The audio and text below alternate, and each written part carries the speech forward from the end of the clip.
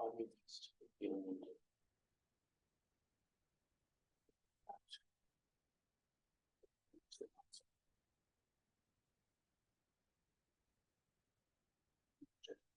soft, visible.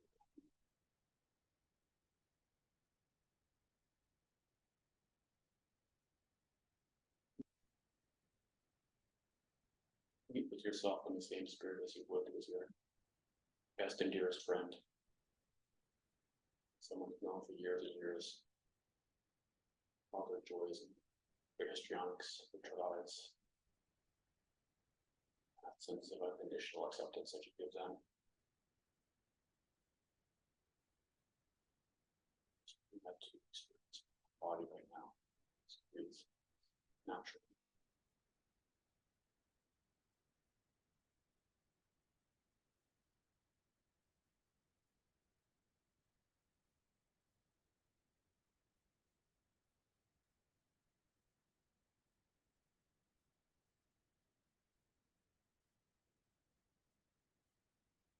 That sense of welcoming, inclusiveness.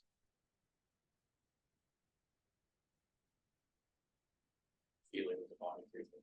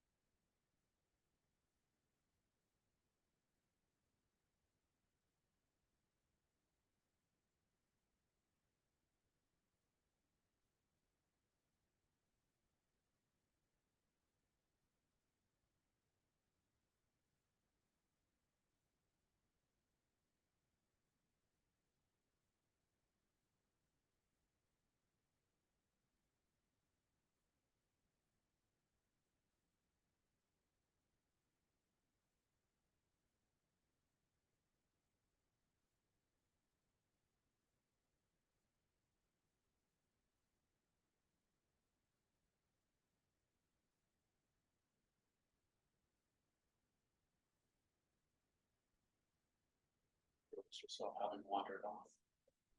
Good. Excellent. Meet again with your friend, feeling of body breathing.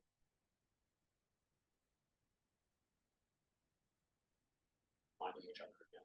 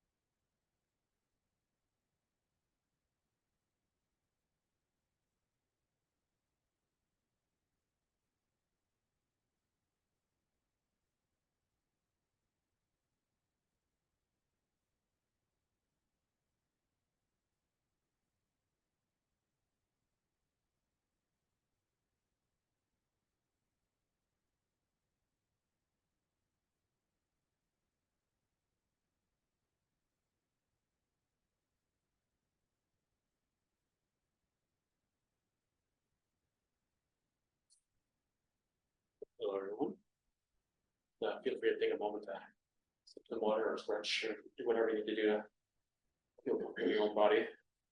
It's a torture class.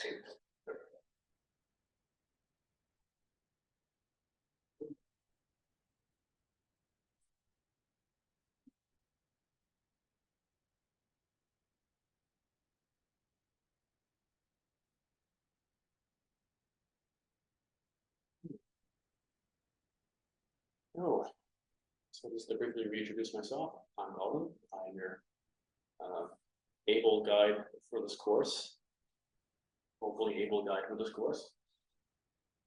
Patience on passion and basic beauty. And as the course description said, the two texts we're going to be using for this course are Work, Sex, and Money by Chogyam Trungpa Rinpoche and Symposium by Plato. Symposium is a quite classical text, very well known in the West, and mostly well known in the Muslim world as well, but definitely within Europe, Greek and Roman traditions. It's pretty much the classical text on the study of what love is, basically, and it comes up in the tradition over and over again in the centuries. Work, Sex, and Money is a much more recent work. It comes out of a very, very old tradition, slightly older actually than Plato. But it's a presentation on the place of passion within the Buddhist tradition, broadly speaking, which in many ways goes quite contrary to the sort of like stereotypical Western view, which makes the book quite interesting in and of itself, because it corrects a lot of misunderstandings about, for instance, monastic traditions, where passion sexuality fits into being a Buddhist practitioner or into the spiritual path in general. So both of these works and both of these teachers basically say it's all right to have passion. It's all right to have sexual life. It is all right to relate to other people in that manner. There are, of course, like anything else that human beings do, ways which you can do it which are destructive and deleterious to the human condition. And there are ways which lead one to further awakenment, further connection, further groundedness, being further in contact with reality, basically. I guess that's probably the best upside way of putting it, is that you can work with passion like anything else as a way of leading yourself towards being more in contact with reality, more awake, or becoming more disconnected, living in a more and more of a shadowy sort of realm, in which you're not really in contact with the real world on its own terms. It's kind of easy to see from probably our own relationships in our lives how that can happen, how we can objectify people, how we can become objectified by people, and what should be oftentimes thought of as being sort of very uplifting, beautiful experience, as it often is at the beginning, can become quite turned around somehow or other. And so these are questions which come up for human beings normally, or should come up normally, and perhaps we deserve a little bit of exploration, so that we maybe understand exactly how they can be brought to our spiritual paths, whatever those are, or at the very least develop a little bit more insight perhaps into our own experience of what passion is, what yearning is, what love is, really, without either getting too antiseptic about it or too like sentimental, romantic, love's the greatest thing in the world, all love is great all the time. We all know that's not true. Love can be very, very difficult, actually. It can be one of the most difficult experiences in life. And one of the great things about these two authors is that they're completely realistic about that. Human relationships are hard. Our passions are difficult to work with. The fact that they're difficult to work with does not mean that they're bad. It just means they're challenging. And rising to the challenge requires developing a certain amount of wisdom, maybe even guidance from our parents, mentors, so on and so forth. Sort of makes sense? Okay. You're allowed to tell me when I'm not making sense, by the way. I very much encourage it. I'll just be more like a seminar class and less like a me talking head sort of class. Okay. So one of the things that I was going to do was give a sort of brief synopsis of the parts of Work, Sex, and Money, Trumpa's book, which are most relevant to this particular class, in 10 minutes or less. And I realized not everybody probably had a chance to read the readings I sent out a few days ago, and if you didn't get them, please let me know. I'll send them out to you again. I registered today, so I haven't got them. Okay. I will. If I don't remember, just email me and I'll be sure to email you the text for this particular week. It's interesting reading. So where to start with Work, Sex, and Money?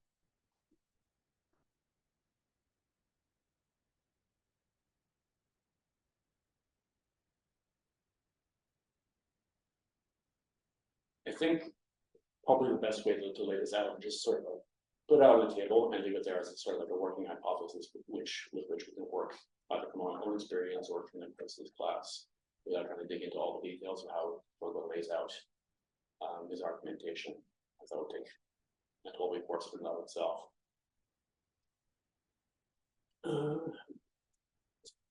So I think the upshot of what Trungpa is expressing in the 2 chapters I sent out, or that I recommended for this particular course, is that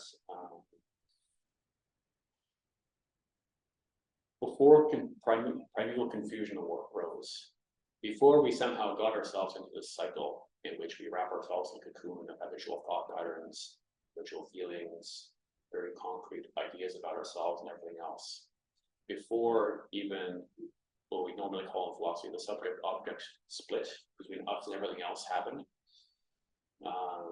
sort of like cosmic background or our conscious basis of who we are, which is sort of like spacious, accommodating wisdom, fairly traditional Buddhist teaching. So what we are not fundamentally is this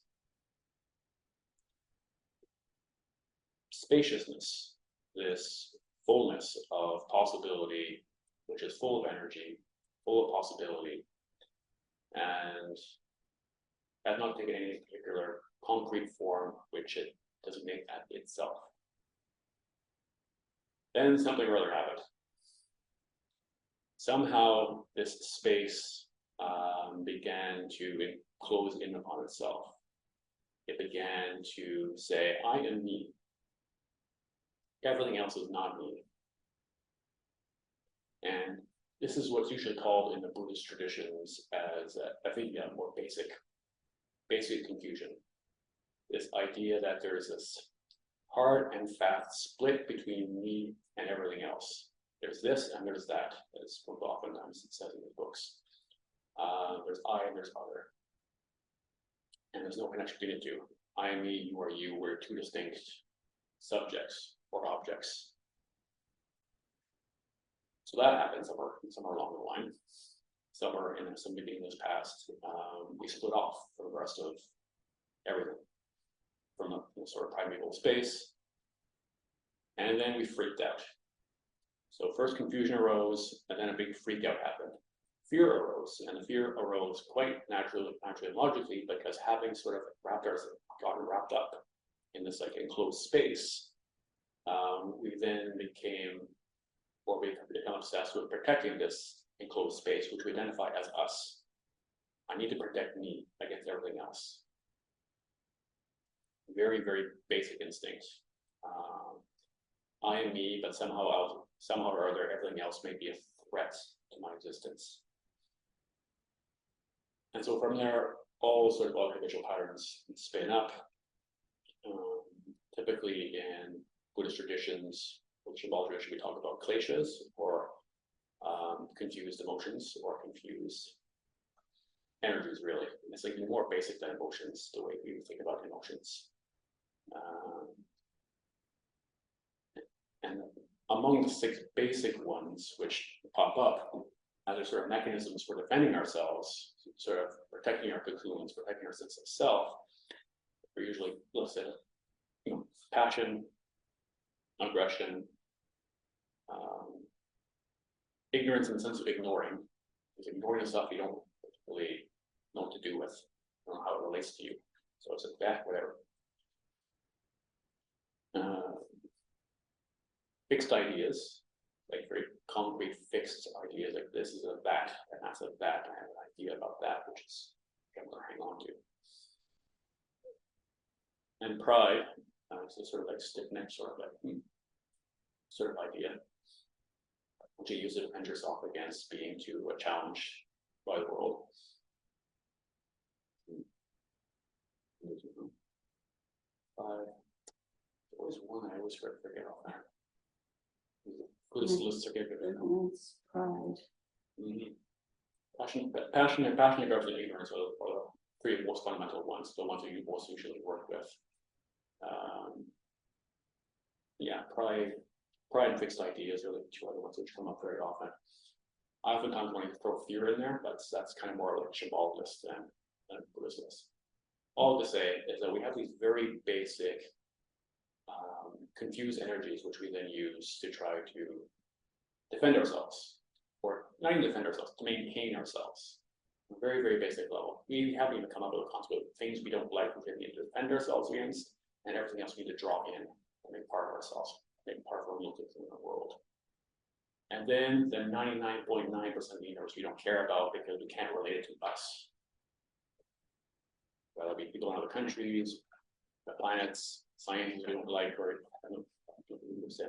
all the stuff we just don't really particularly care about, so we just ignore it, blank it out because it's too confusing to take it all in.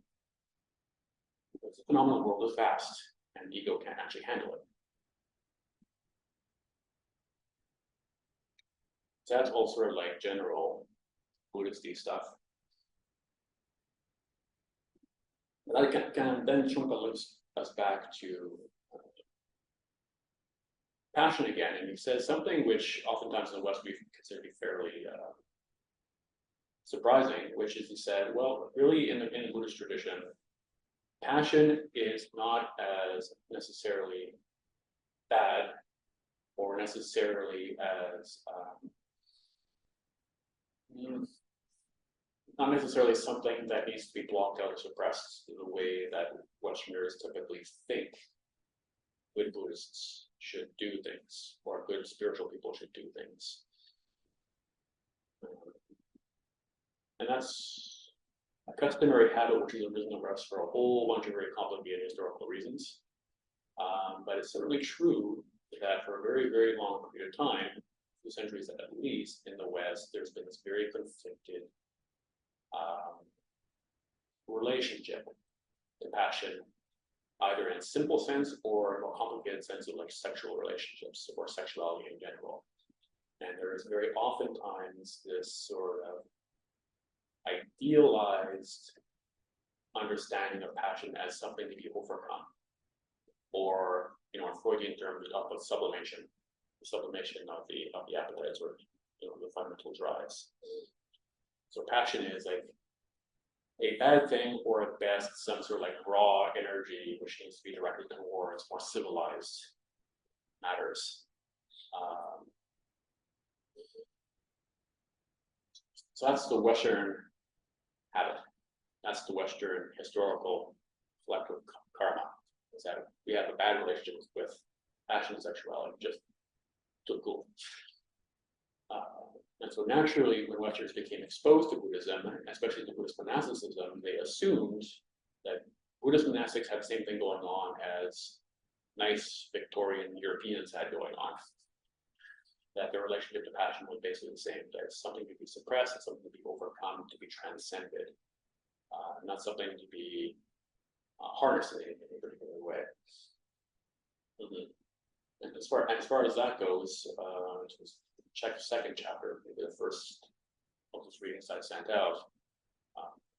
Trungpa points out is that when you actually become a Buddhist monastic, even, which involves taking a vow of celibacy, no sexual expression whatsoever, there's no other people, other beings.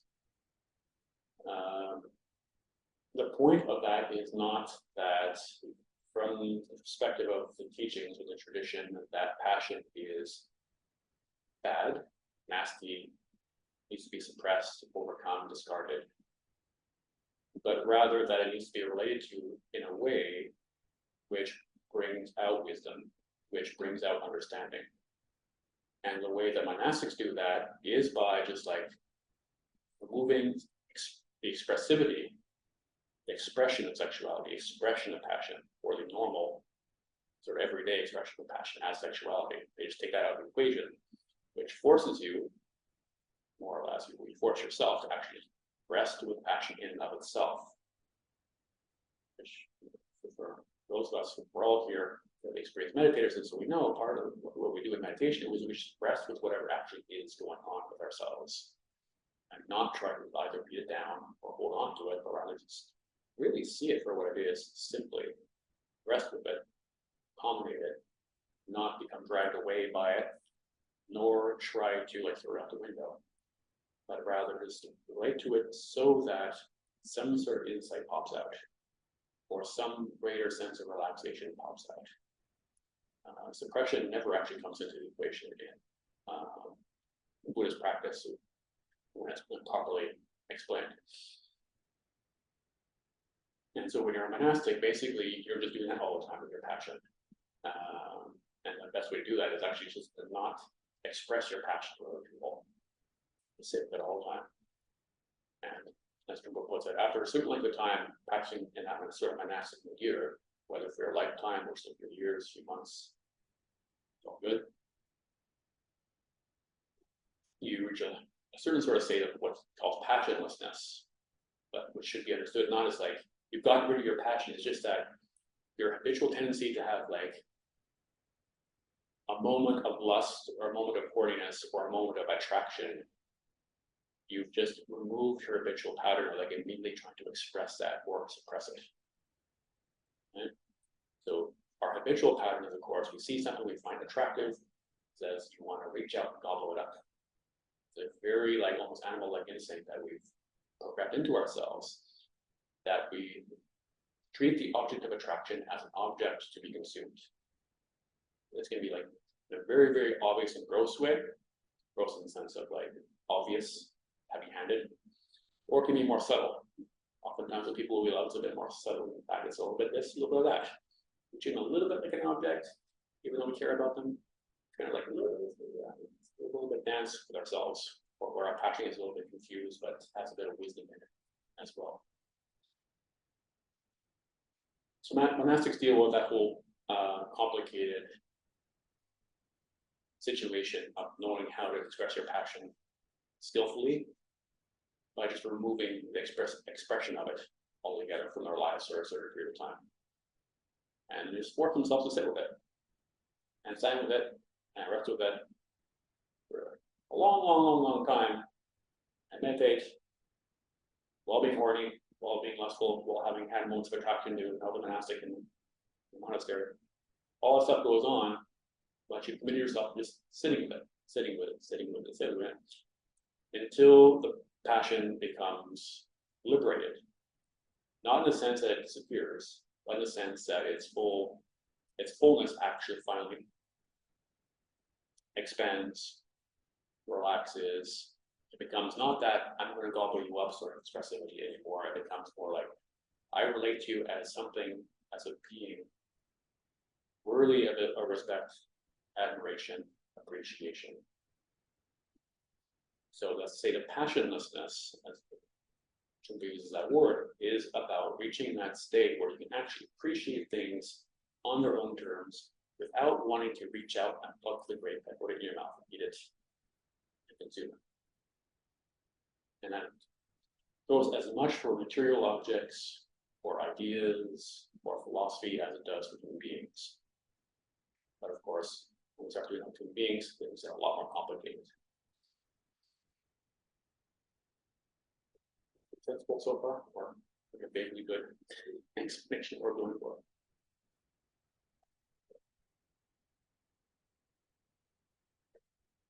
Let's do another 5 or 6 minutes just to sum up the basic argument, or Trungpa's basic transmission of lore, as it were. So that's the background. We're not monastics. Some of us might have contemplated it once or twice, but we're not monastics here. So where does that leave the rest of us? We can't actually, it would not be appropriate for us to take on the Manaya vows in the exact same way, because we're living in our lives. We do have relationships. We probably have romantic relationships, or want to at least, or not. It's okay. But even if we don't, we're living in a world where other people might want to have passionate relationships with us.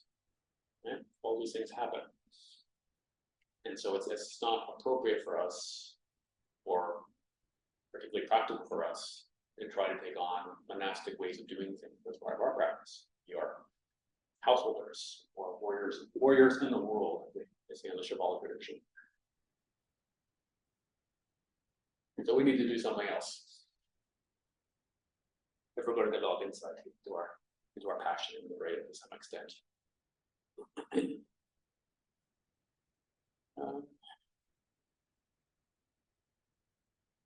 So without getting too deep into it, but just to expand on like the sort of the imagery which Trungpa gives. So there was that like primeval ground, that was that basic sort of openness, that basic, wisdom, warmth in the before times. And then confusion arose, and it describes the characteristic of confusion in terms of like almost like a net. Think of almost like I like to think of this like chicken wire. We like built this structure of chicken wire around our fundamental passion, our fundamental openness, and called everything inside that chicken wire us. And a chicken wire is pretty good at containing most of the confused energies and concepts and perceptions that we usually use to keep a handle on ourselves and to reinforce our sense of ourselves. Really works pretty darn well. I'm Republican, you're a Democrat, you vote for the I love this, you love that, all those things that we do all the time.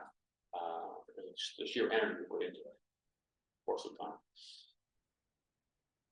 But then there's this really interesting one that says that passion is interesting because that's the one of the kleshas, the one of the normally confused or conflicting emotions, which kind of gets outside the net, outside the network on a regular basis.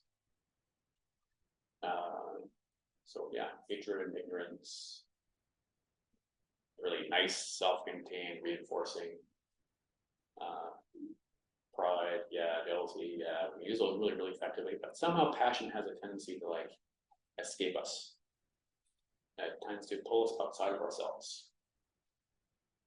Probably, the flame of passion is like something about the flame always manages to work its way out of the net and try to reach out to a certain extent. And so from this perspective of like a householder's practice of spirituality, a warrior's perspective of spirituality, passion has this interesting quality which makes it a potential vehicle towards insight or awakenment, which is absent from the other conflicting emotions or the other conflicting ideas. That flame can sort of go out and actually explore what's going on outside of ourselves and bring us into contact with reality in such a fashion that when we are struck, something just strikes us. Now this could be pretty much literally anything, just my goodness, I experience it like beauty. Now the most striking version of this, of course, is usually for most of us another human being. My God, she, he, they are so beautiful. And they're just struck, even before we had that thought, they're so beautiful to see. So this brief instance of being awake to the fact that another being in the universe exists in a manner which strikes you and causes you to forget yourself just for a tiny little fraction of a moment. And that tiny little fraction of a moment, oftentimes called a gap. That gap in the chicken wire, in the cocoon, and the normal habitual patterns we go through within ourselves all the time to reinforce ourselves. All of a sudden, wow. And then you desperately try to read it. You desperately try to close the chicken wire again. You definitely you almost immediately try to close the network. But it's never completely successful. That effort to close up again has been disrupted. You've encountered something or someone, it could be a person, it could be a great piece of art, it could be music, it could be anything which strikes you with its beauty for some reason. And nobody else in the world may find that particular person, thing, experience beautiful. However, you had a gap long enough in your encounter with that thing that it happened. You actually saw the beauty in that thing, person, experience. And perhaps nobody else did. And that's interesting. Because at least from the perspective of certain teachings, that is actually like a microcosmic experience of awakening. It's like you experience with one person in one instance, or one thing in one instance, what awakening feels like all the time, basically. I'm told. I don't know. I'm not quite there yet, but we're told at least that we've had these sorts of experiences. These are actually sort of the gems, or they're the clues, the signposts on the path.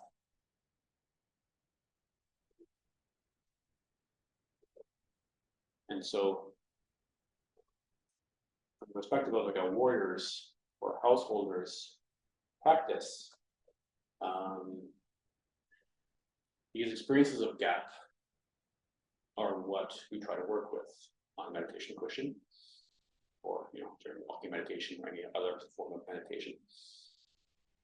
And passion, at least, has this potentiality, if it can be learned to be worked with carefully, in the right way.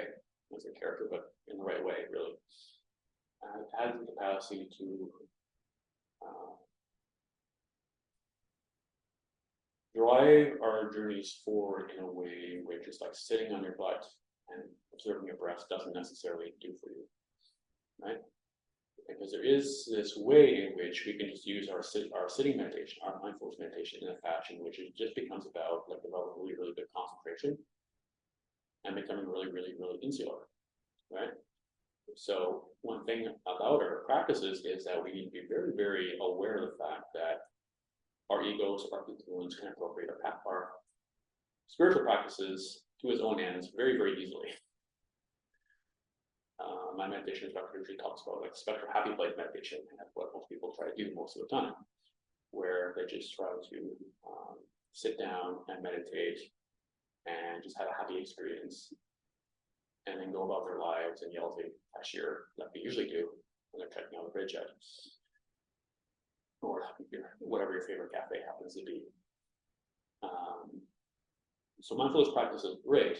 However, it's been a recognized fact in most of the traditions that it can become actually just another thing that our egos use in order to like me all the time, just to repeat that mantra. And to go to that special happy place, that happy special experience of ourselves,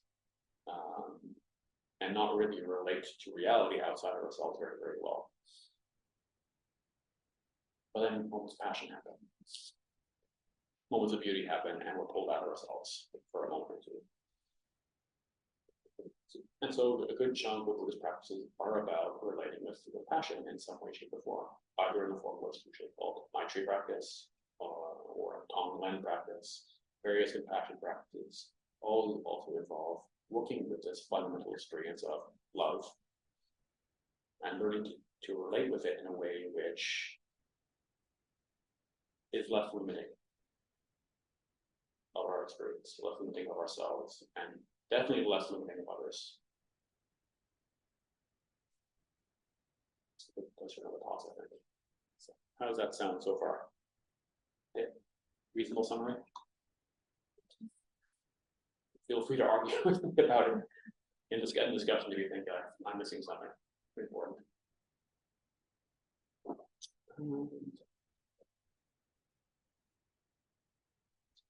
I'll be interested in a few minutes spiel that about just I'm not tending to go very, very far with usually only a few pages at a time. And so in this particular class, I'm only trying to really like speak about how to read Plato, because that's a complicated matter in and of itself. And so really, I'm only going to cover maybe 3 or 4 pages at the beginning of the absolute beginning of the book.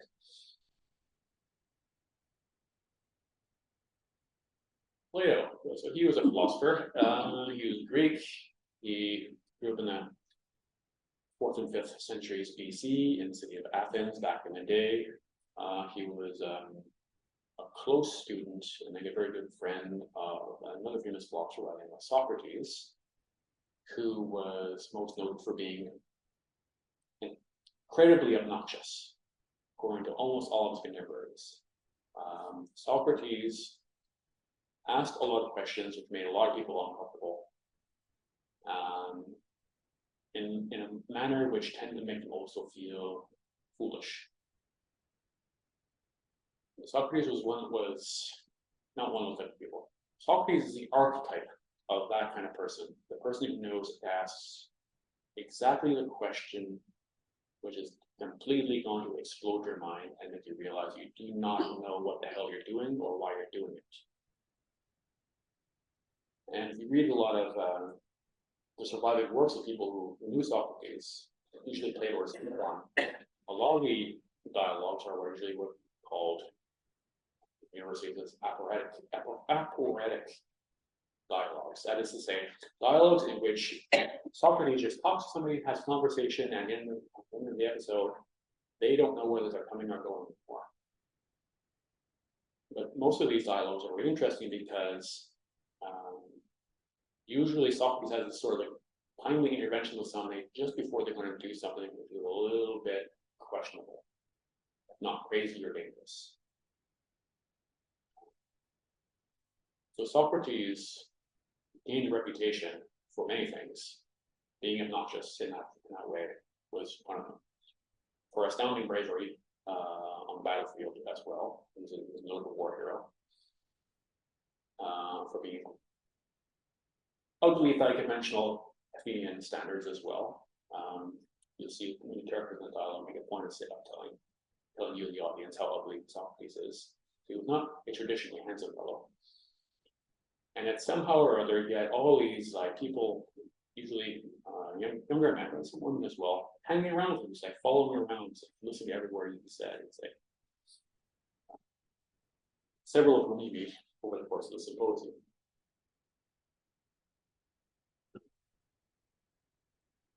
That's Socrates. Plato was one of his students. If you know a little bit about Greek history around, it was 399 BC.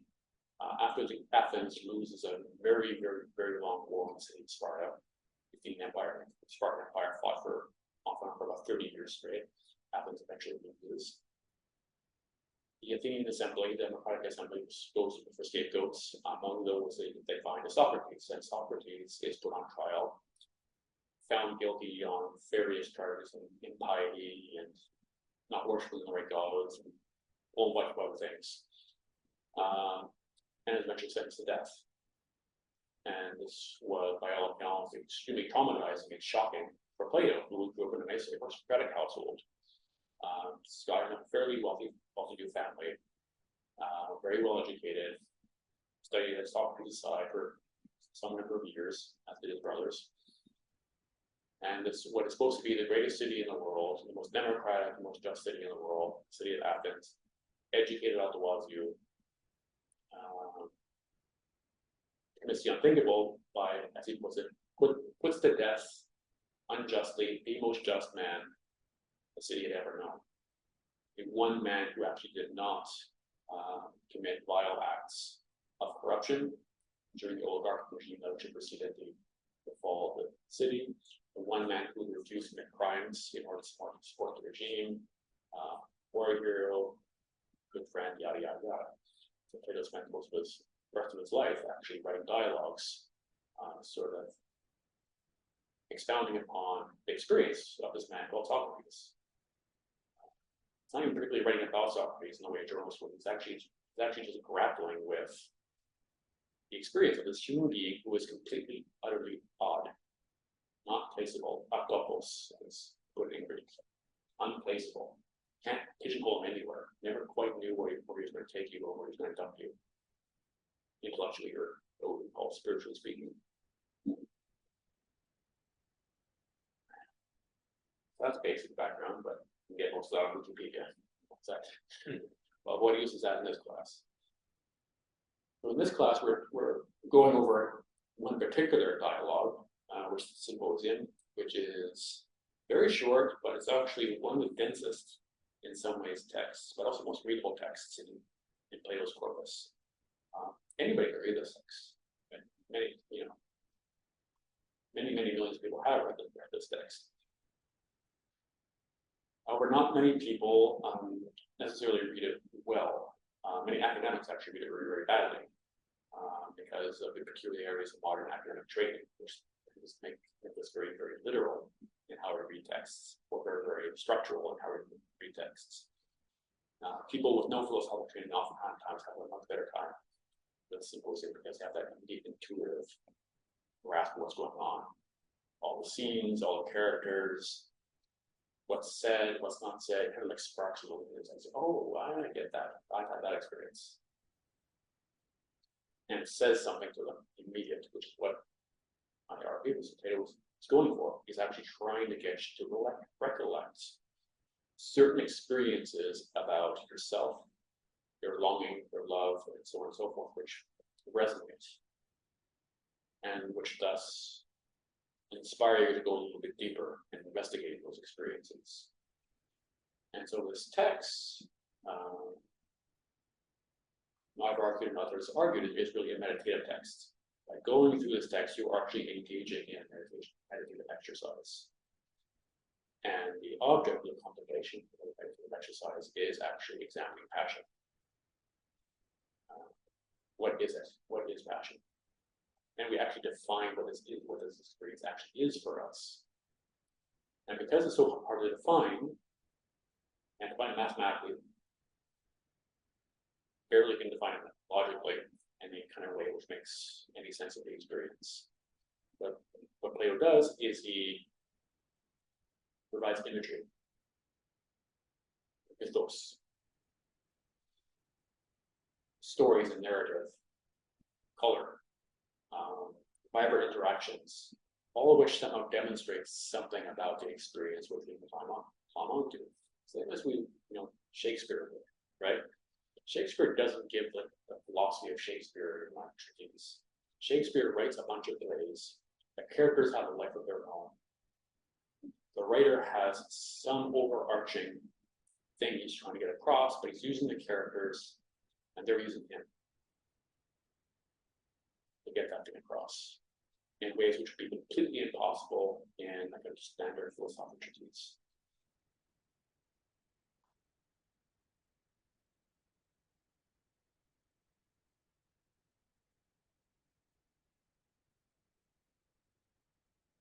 So Plato's, playing quick the head trick on us in a way. And one of the things which is interesting about all of the contexts, and this one in particular, is that in Buddhist traditions, we oftentimes talk about how teachings have like an outer, inner, and a subtle or secret meaning or side to them, as to say that it's like that. Really obvious part of the teachings, be nice. There's a more inner meaning which has more to do with our own internal experience and how we relate to our emotions. Not just about being nice externally, it's actually really relate to your own energies in a way which puts in space. So that being kind and nice actually just happens without having to force it. Because you don't feel it to express yourself, that passionlessness we talked about before. Right? And there's a more oftentimes like much more secret or subtle side to it, which is maybe about those underlying energies at the deepest level where non-duality and independence is sort of recognized more or less. So these three different layers, three different depths of understanding of the brain to most Buddhist teachings, oftentimes. Same thing with Plato.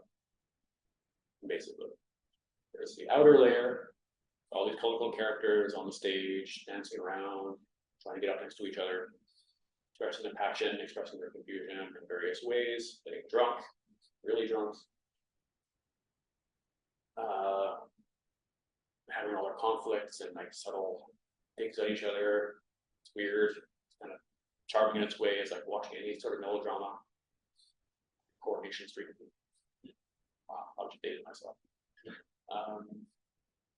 So all that's that kind of external variable. So you can get something out of that, right? You can watch that kind of drama unfold, and you can pick up something out of that.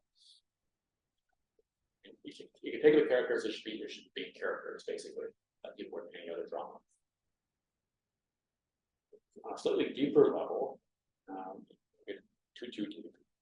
what we call the esoteric level. Outer layer is called exoteric, outside. Esoteric is the inside layer. On the inside, one can start to see or try to see how all these various characters and things which are being talked about in the dialogue are actually symbols, and not treat them as if they're actual people or things per se. It's not that they weren't actually people. However, they're also being used very, very carefully by Plato as these symbols. So they stand in or represent something. And when you start seeing things from that perspective, how are these symbols interacting, and what do these symbols project to me or transmit to me? What do they say to me? You get a deeper level of understanding what's going on, a deeper understanding of the subject matter, passion, love. Then you would get, if you're just like watching all the characters, try to sort out who's responsible to, right?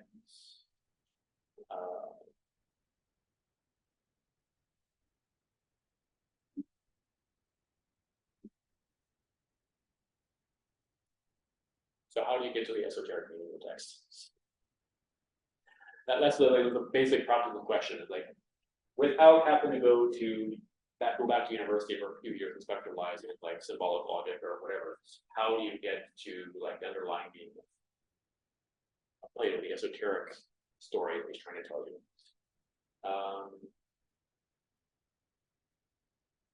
You definitely get an inkling of it doing that sort of like naive reading, because this is such a powerful book. It speaks so deeply to such a common experience, common and crazy experience of ours, that you can't not get some of the underlying meaning immediately, as long as you take the text as it is and engage with people. That's the good news.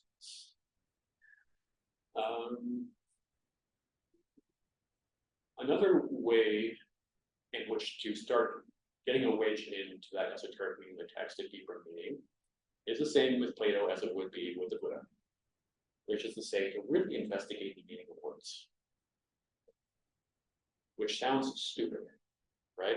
We all know words. We all know what they mean. And oftentimes our academic training does not teach us that we need to like think too much about, other than to consult a Merriam-Webster dictionary every once in a while to see what a word means. There, you have the definition. The complexity of the matter is, of course, is that words have deeper meanings than what we usually conventionally ascribe to them. Which is why we can ask a question like, what is love? People have immediate gut reactions or gut definitions of that thing. When you ask 10 people in the room what love is, you'll get 10 different answers probably. And even if 2 or 3 of the answers sound similar, the underlying experience that people are drawing upon to express themselves probably different, or they're just giving you a pop of their head sort of understand. However, fortunately, many people have grappled with some of these experiences for many years, with great depth and great assiduousness. And our language, English, French, Greek, has absorbed a humongous history of meaning in which people have attributed to these words. And if we consult a very good dictionary in English, usually the Oxford English Dictionary, and we dig into all the various nuances and aspects of a word, we develop a much greater understanding what that thing is.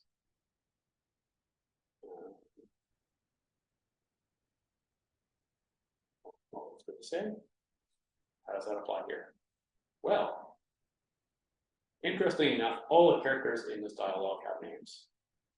And I mentioned that all the characters in this dialogue are actually real historical people, and probably actually did meet at some symposium at some point at a certain period of time. However, Plato was a great artist as well as being a great philosopher, and he arranged things in such a fashion that if we actually pay attention to the names of the people who are being mentioned, and you're able to translate the Greek more or less, you sort of get a different insight into what they symbolize. So, for instance, one of the first characters you meet is a fellow by the name of Apollodorus, and the name literally translates as gift of Apollo. Who's Apollo? Apollo is the sun god. It's the Olympian god, the Olympian sky god who is most closely associated with the sun. Brightness, logic, intelligence, that sort of thing. There's another character you run across very quickly in the dialogue whose name is Agathon. What does Agathon mean? Agathon means good or the good. Very interesting. So somehow Agathon, who is a real person, the name suggests something. It has a symbolic meaning as well. Apollodorus has a symbolic meaning. Phaedrus has a very interesting name as well. It's translated something like dewdrop or something of the sort. It's a bit suggestive. I'll just leave it at that. And so it can do that with the names of the characters in this dialogue. I'll stop in a few minutes. So that's one way to get at the esoteric level of text, is actually to look at particular words which are being used, and if one can, detect with the dictionary to get at what sort of the symbolic meaning of a word or a name or a character actually brings you. And I'll do that a lot during this course. I'll give you a couple of names like this means this, that means that. What do you think about that? How do you think these two things are interacting? What do you think about this relationship now? Because this thing symbolizes the good is conflicting with this thing, which symbolizes the wine god, for instance. I'm interested in that one. And sort of say, okay, what did Plato mean by that? He created that sort of a relational structure. So we'll be doing a bit of that.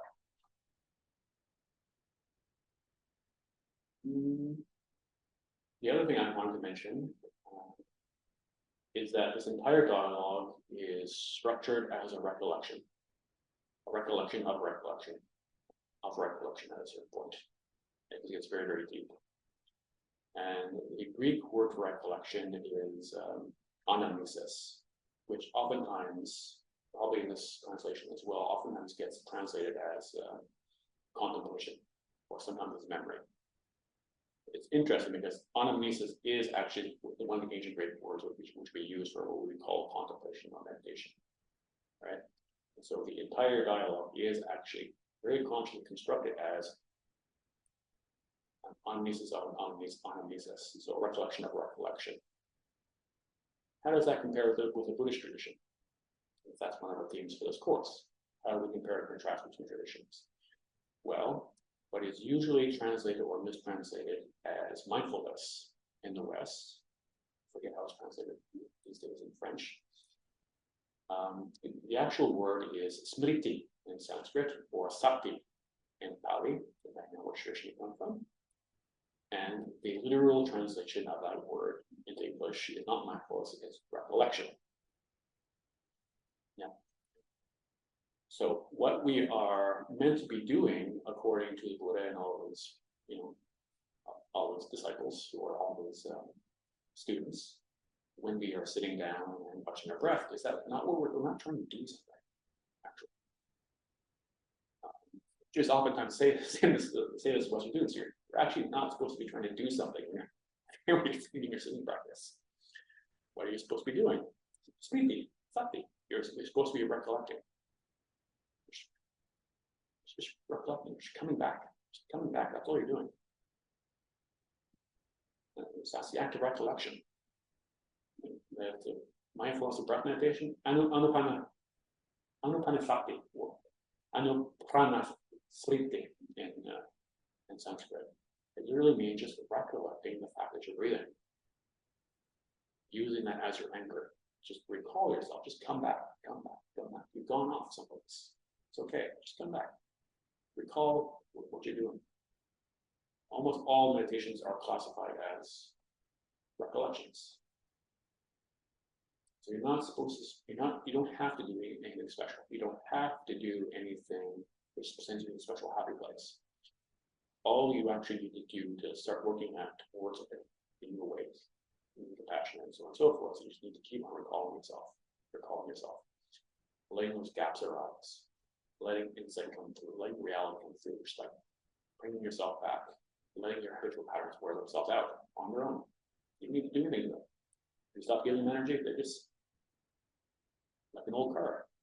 It stops moving, it rusts, it falls apart eventually.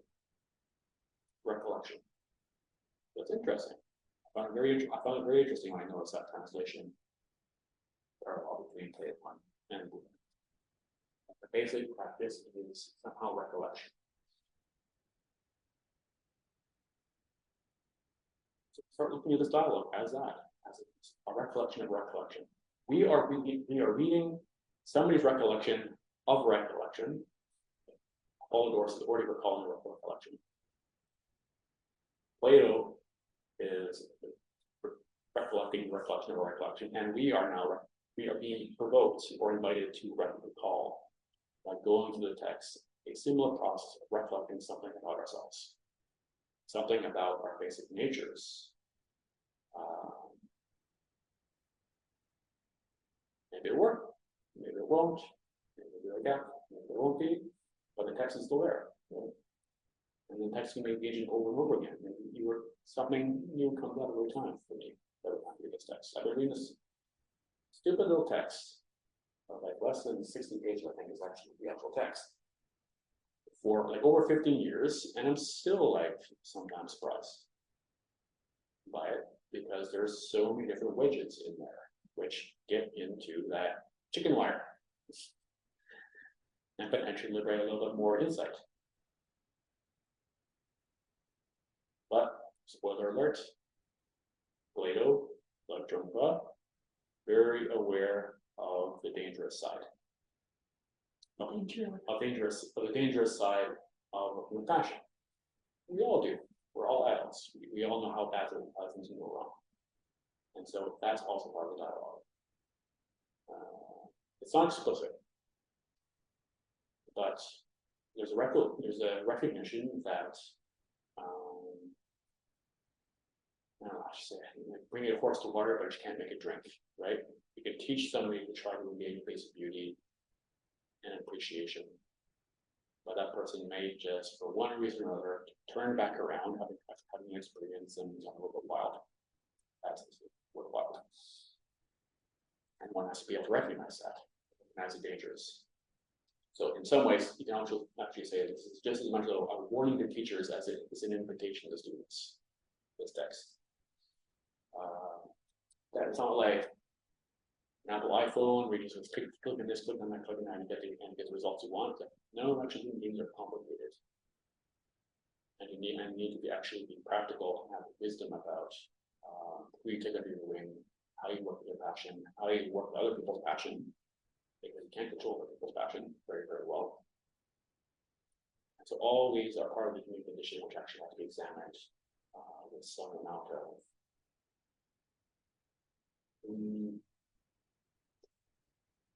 clarity, just say clarity. So something like that. Since we're about to for a break, maybe I should stop and actually give people just a few minutes to ask some initial questions. I'm sorry, that was a huge information dump, but there's no escaping it in the first class.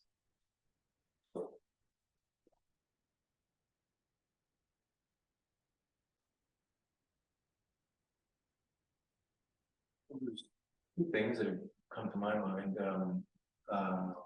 with your words and with about Chogyam Trungpa Rinpoche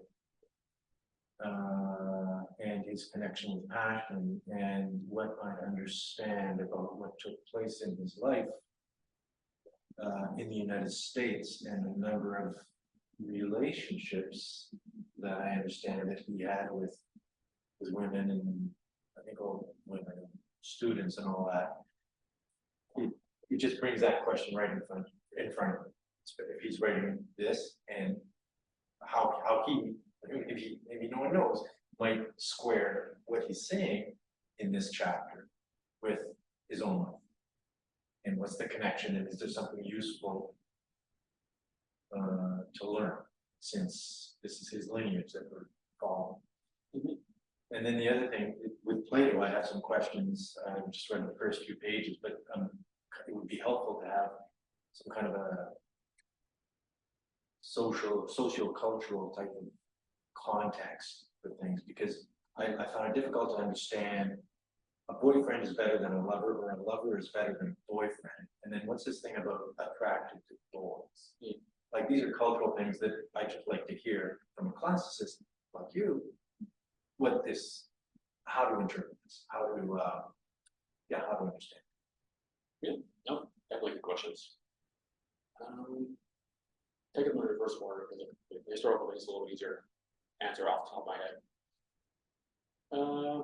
There is a bit of a translation issue even with this translation. It's the best I could find, but there's a slight problem with the whole like lover versus boyfriend thing. It's not completely inaccurate, but it's a little bit too cut and dried.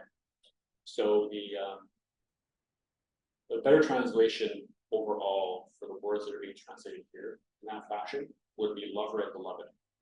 Lover and beloved. Yeah. Lover and beloved for which two words? Oh, okay. No, I think I don't. Eraste would be lover and menos would be beloved.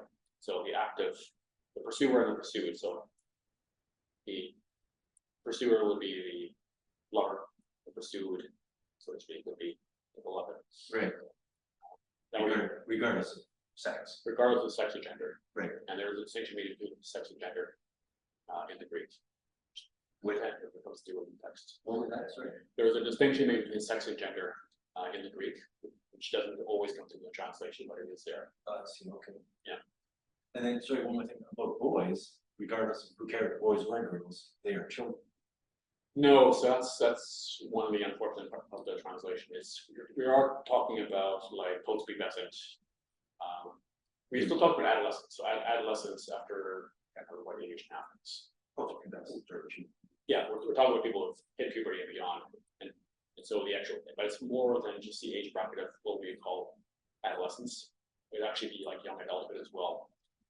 So he talked quite clearly about of the age just before they can, grow the first full beard. I don't know about you, Doug, but I couldn't grow my first full beard until like 28. Is that right? So it's, I don't know what it's like for like possible to be commanded, but you're still talking probably into your like early mid-20s. And certainly that's the case with two of the characters, if you call them homosexual partners in a dialogue about Samius and Agathon. Agathon is what we would consider to be a grown man, but he probably considered youth by the terminology which is being used by the Greeks. And more or less answer the general, just the question. Yeah, the other part, which is important to emphasize, is we use distinctions between like heterosexual, bisexual, and homosexual. These are categories we invented recently in the last, less than 200 years, really. These categories did not exist before that. Right. The Greeks would not recognize what we were talking about when we use those terms. They recognize like a large valence and romantic attraction. Some people like males, some people like females, some people like both, and it didn't categorize you in a particular way. Right. In fact, it was considered fairly normal to have relationships with somebody of the same gender outside of your marital bonds, and that works both ways. Sappho had a few girlfriends, even though she was married, for instance. So the whole the regulation of sexual marital life was very, very different in ancient Greece. Yeah. And certainly in Athens, much more complicated in some ways. And it's difficult to understand the size, but the upshot is that they didn't consider people to be gay or straight. This was not a distinction or something. It was not like eros, and their eros drove them towards this person or that person. And maybe for some people there was a notable preference for people with certain kinds of bodies versus other kinds of bodies, but that was about it. Right? It wasn't like pathologized or medicalized in the same way that modern Western society has. Right. So Chogyam Trungpa, I think the upshot is that your guess is as good as mine. I heard so many stories about Chogyam Trungpa, and I've read so many stories and documentaries about him trying to get insight into him, and all I get is more confused. Mm. It's certainly the case that he was married, had with 3 children. He definitely had quite a number of lovers that his wife over the years. They would, I guess, by in modern categories nowadays, we would probably say they had known a marriage or something, or polyamorous relationships. Actually, probably be a better fit. That's known. That's never not been known. Yeah, I'm not sure what to add to that. Okay, basically, right? And so, as far as I've ever heard from people who were in love with him, or were his lovers over the years, most people said they had a really wonderful relationship with him, and I do not judge. Not my thing. I can be focused on one particular person at a time, and that's just the way I'm built. I can't do more than that. But I have friends who are polyamorous, very good friends actually, and they make it work. I don't know how. Maybe they should have more capacity than I do, probably. And so I just stay out of it. But yeah, it's true. It's certainly true. There's nothing incorrect about that information. Right. Okay. Thanks. All right, I should probably let you guys have a 10-minute break. Unless Catherine, did you have anything that you want to say? I have not been modern. No. So perhaps we can be in at 11:20. Sorry, 11:36 or so. Just take a little bit of tea break. Butter. Okay. I drove my daughter.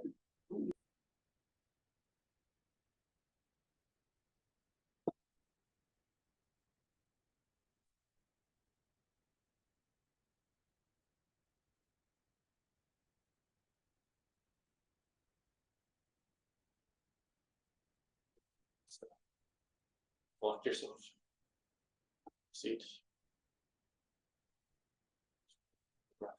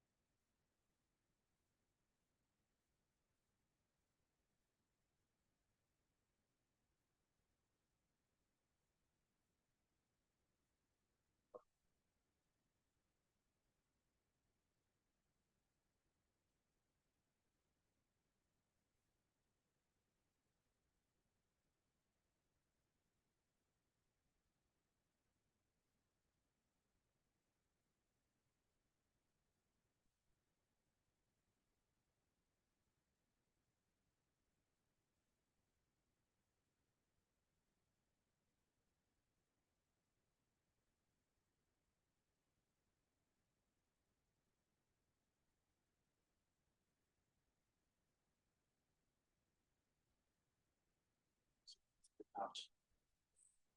Edge. Just take a breath.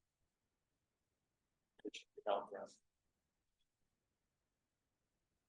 Follow the breath out. Dissolve the space.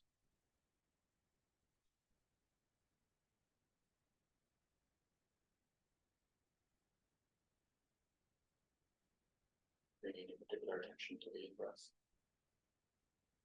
Using your out breath.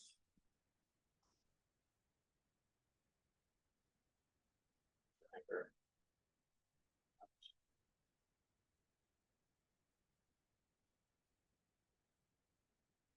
Down.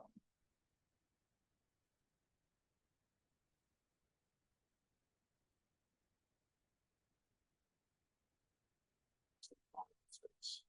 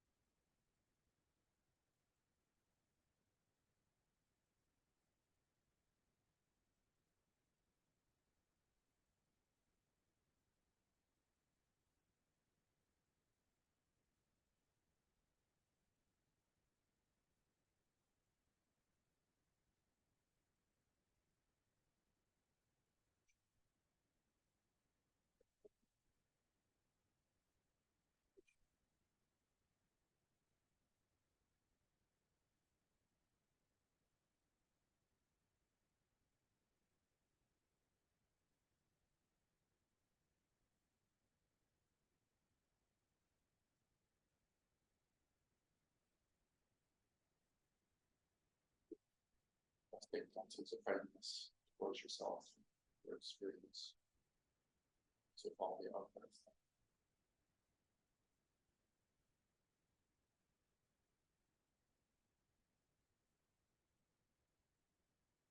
The habitual mind always struggles to find contentment, continually grasping, keeping busy, staying distracted.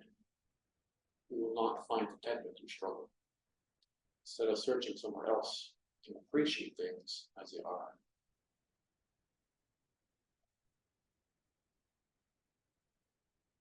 First, contemplate something or someone that you appreciate about your life, about your world.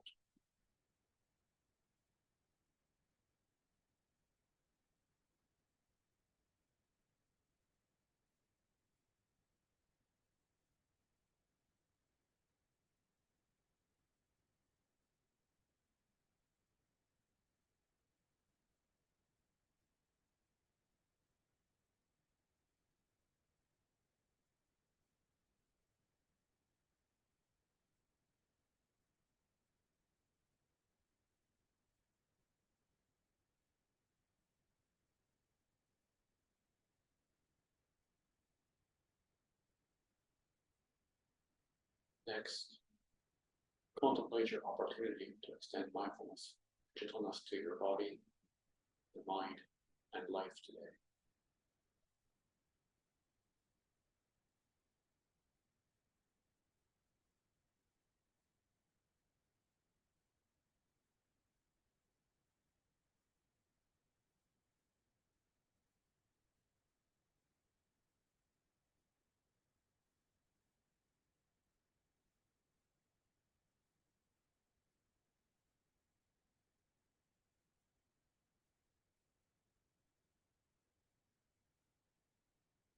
Now, contemplate the meaning of contentment, free from struggle. Mind wanders. You say to yourself, contentment. Continue your investigation.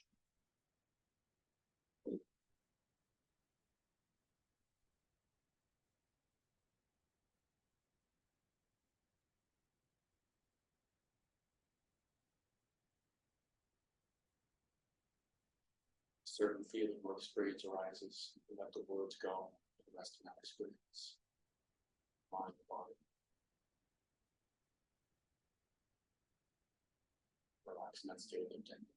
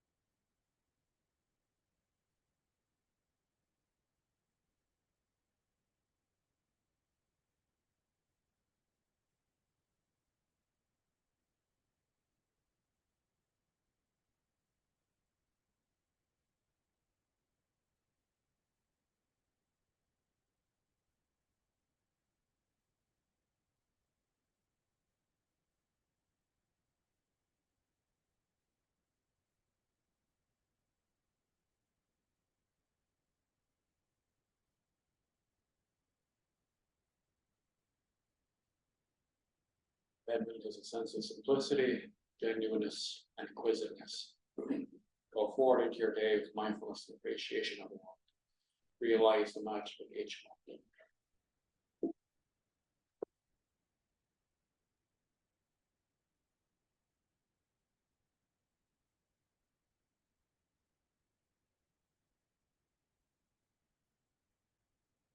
That brings to a close the contemplation portion of our mission together. Hopefully not get that part. How was that for everybody? What was it you were checking over? You look fairly content, that's probably a good time. Gotta be. Nobody looks infuriated.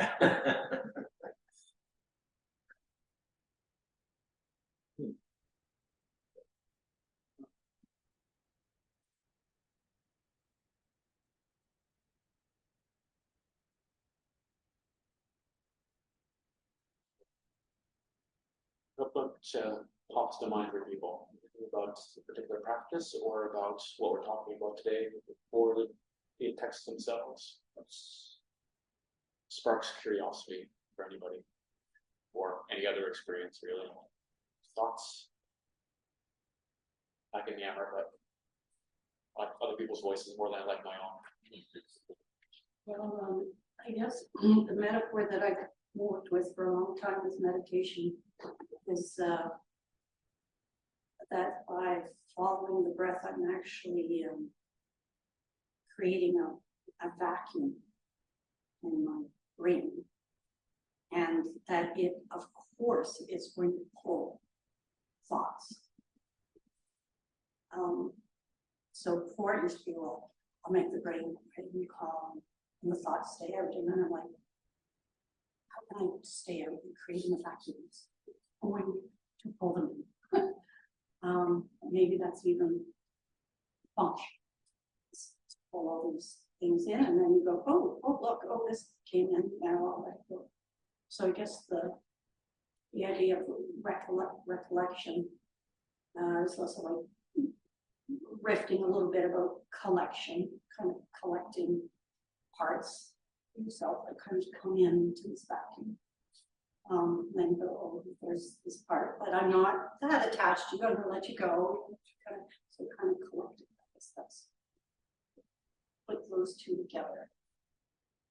Yeah, I mean, that is commonly one of the teachings, especially at the Shambhala centers, that thoughts come and go. That's good, because you're not dead. Well, it's not brain dead. And the function of the mind is to, or one of the functions of the mind is to create thoughts and to inquire about what's going on inside us, outside us, multiple things. Yeah, the fact that thoughts are happening is a good thing, right? More about the relationship we have with our thoughts, our thought patterns, and our emotional patterns, which can be more challenging, or a little more adjust our relationship. Yeah, what you're saying is true. It's not. There's no need to like play whack-a-mole meditation. It's often, as I'm teaching my classes on meditation, is that the idea that we often have that real meditation only happens after you get all the thoughts stop.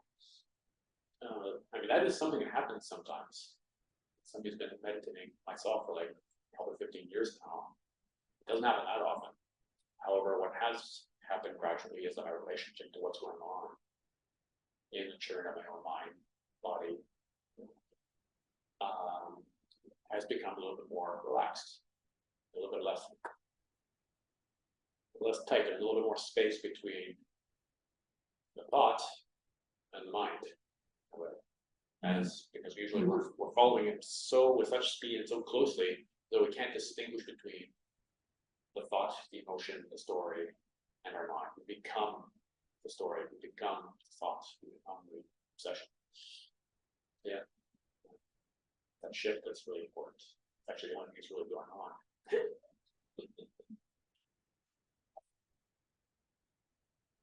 Well, I think I I guess, a related question or comment or something, I don't know, like, it's almost procedural or something, but in meditation, yes, we talk about, you know, silencing our thoughts.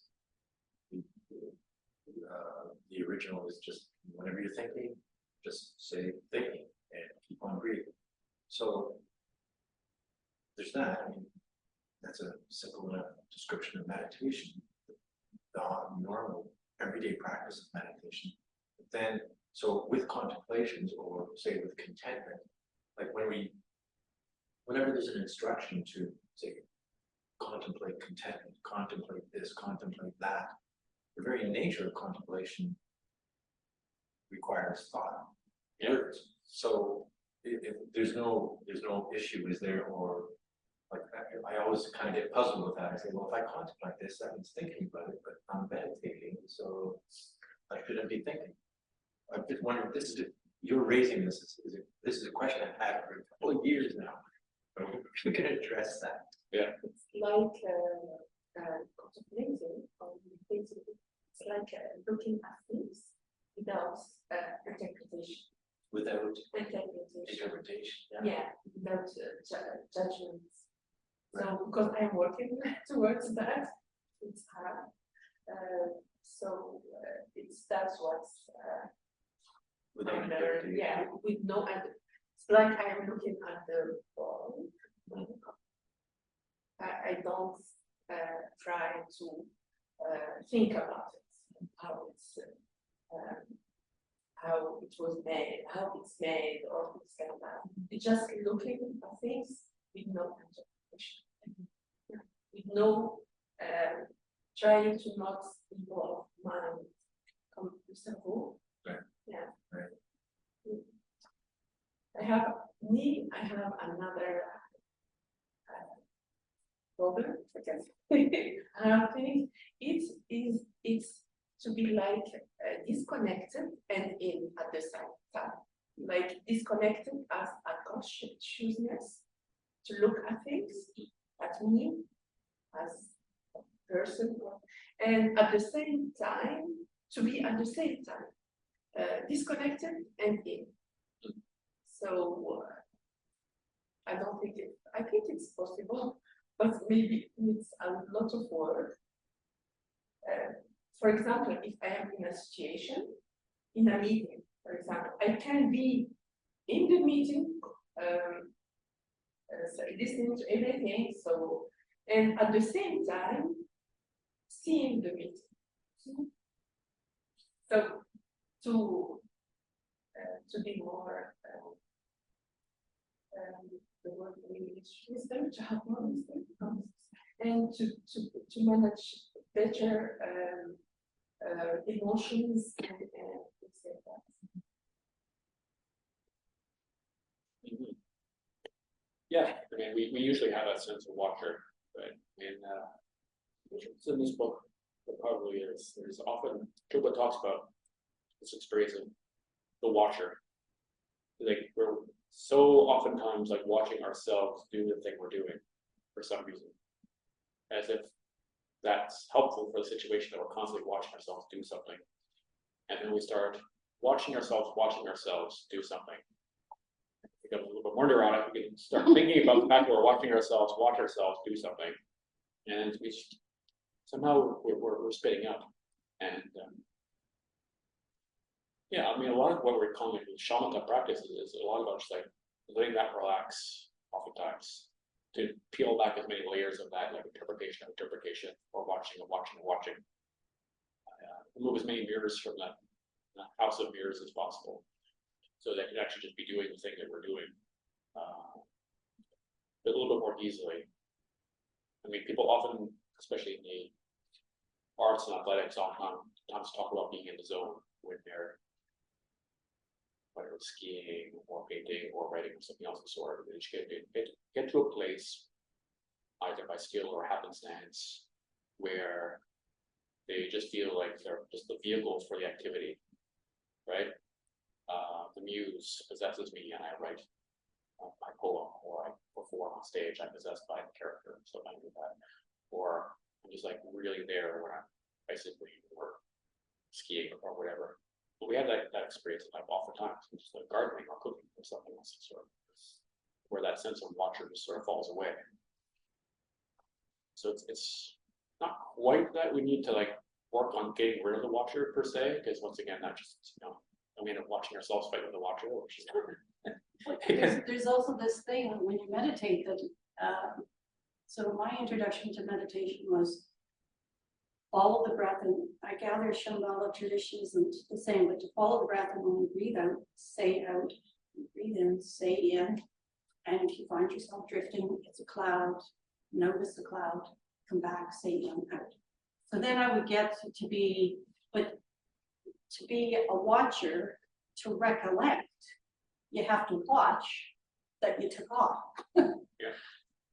So then I would start to be like, I'm gonna watch myself really carefully. And I'm not putting the music in, and I'm not going anywhere. If I go anywhere, I'm gonna catch myself right away. And then somebody said, well, what does it matter if you go away? But then, okay, fine, but then, well, I have one friend who said she'll meditate for 2 hours and she doesn't remember anything after 2 hours. And I'm like, okay, well, you really went away. And don't you want to ask yourself, where am I? Do you want to watch to see if you're here? yeah. I mean, it's complicated because various traditions use different ways of like, trying to keep that part of yourself occupied in some ways. I mean, in the Shambhala tradition and some like closely related traditions of meditation, we just drop the whole thing. We focus more on like, look up to where you are, go back to the breath. Dog mentioned the technique of just like labeling things as thinking. It's like, oh, you know, it's thinking, you label as thinking, just go back to what you're doing. At a certain point, you just stop labeling, because the labeling itself is just like an extra little handhold to use. But really, it's not particularly necessary in and of itself, because really all that's required is that spark of noticing. That awareness just kind of kicks in if you put yourself on the cushion or whatever. And you've committed yourself to being there for 10 minutes, and eventually you've been gone for 5 minutes, and you're like, what the hell was I doing? That was it. That was the gap. The gap just happened without you provoking it. Your awareness kicked in, you became aware of the fact that you're just like not doing what you meant to be doing. And what's the instruction? Get yourself in the head with a hammer. No. Be kind to yourself. Be kind. Come back. There's nothing else to it. And just do that over and over and over again. There's no need to struggle. There's no need to castigate yourself. All that is just, that's extra. And oftentimes it's not helpful extra. It's just about letting awareness happen. You already are aware. Is the position that the teachings take. And the various techniques that we use in various traditions are just about giving awareness, natural awareness, a chance to naturally express itself. Because it will happen. Fall asleep, we wake up. Go back to sleep again, wake up again. And the various Shambhala styles of meditation, or our path of like teaching the meditation styles, emphasizes that approach to things of giving a lot of space, giving a lot of kindness, letting the gap arise, and creating the conditions in which those gaps will become a little bit more frequent, a little bit longer, which provokes more space for whatever we've been repressing or not looking into or ignoring, all of our stuff to come up into our awareness more. And we look at that, what do we do? Give it more kindness, more space. Don't try to hurt it. We don't try to do something to it. We don't try to make it go away. We give it what it needs, which all it is more space and more calm and more kindness and more. And funny enough, by doing less, we end up accomplishing more. That being said, sometimes it's helpful to have these more sort of like point by point techniques of like labeling the out breath before labeling the thought. All those legitimate practices. It really depends on what really works in your practice at this particular point in time, because we all switch practices up a little bit according to what we really need. Which is why it's sometimes helpful to have meditation instructors or have a variety of teachings and do practice in order to know ourselves, how our own personal minds work, how we trick ourselves, how we get a little bit unkind to ourselves, how we get a little bit too kind with ourselves, by basically not meditating, and eating like potato chips instead, all those things. So it's about getting to know yourself through that kind of process of reflection and just like gentle discipline. Because a discipline in the sense, in the Buddhist sense, should feel like joyful. Because you feel, it should almost feel as if you're just like you're finally having a bath. The water may be a bit hot, it might be a bit cold, but at least you're finally having a bath. It's that sense of like discipline. You don't really want to have a bath. My kids never really want to have a bath, but it's getting better afterwards. So that kind of joy is kind of tied up in it.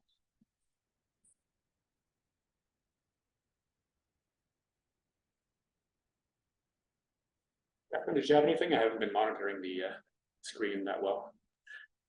No, this has been wonderful. I'm very interested in looking at the readings. I've been thinking side by side of Trungpa and the idea of passion and the communicative function of passion, and as an openness, and also the writings about either no self or non-self, the sort of, as you say, the way the energy escapes the cage. But then in looking at the discourses, I'm also wondering about looking side by side at this idea of immortality, giving birth to beauty, and how that maybe in my mind does edge up to that sort of danger zone of lineages, of that sort of transmission of ego versus dissolution of self. So in those sorts of those parts, those are the fragments that have been floating in my mind that have to do with both in the grounded non-individual sense, like a society or a school or a sangha of teaching really and transmission, versus a passion as something that is essentially cannot be about perpetuity because it's outside of time and outside of ego, or before ego, before time, I guess. Does any of that make sense in the way that I'm saying it? Oh yeah, you're going exactly where I want to go next week. Working with that sense of that pursuit of immortality, right? It's put a bit more bluntly, perhaps in by Plato or by Plato's characters than by Trungpa, or I put a different language, but it is that there's this. we're trying to make the chicken wire cage immortal, or whatever the contents are immortal. And we're habitually doing it. We've been doing it pretty much forever, as far as we're concerned. And that influences everything about us and everything about what we do to one extent or the other. And all the characters in Plato's dialogues are doing it in one sense or the other. And how does that tie in with how their passion is getting sort of deviated from sort of transcendental, outside the net passion towards something which is becoming a little bit more problematic, or at least, if not problematic, at least a little bit more obstructed, maybe. It's important questions. Yeah. Thanks Well, for. I look forward to next week. Thank you so much. I'll mute myself again. Looking forward to seeing everyone in person. All right. Thank you too. Yeah, we've gone a little bit over time. Sorry about that, guys. We got a little bit late start. But I'm not going to hold anybody on Zoom if they have to go away. But if anybody wants to chat a little bit longer, I'm happy to chat. Otherwise, I just kind of call this out and we can finish eating cookies if we want. Great, thank you. Thank you, Catherine.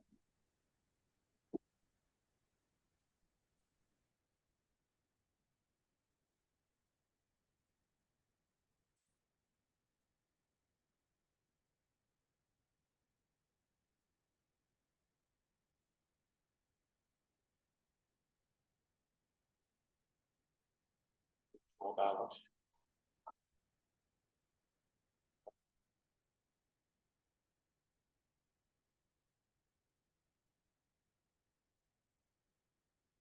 See you later. See you, Catherine.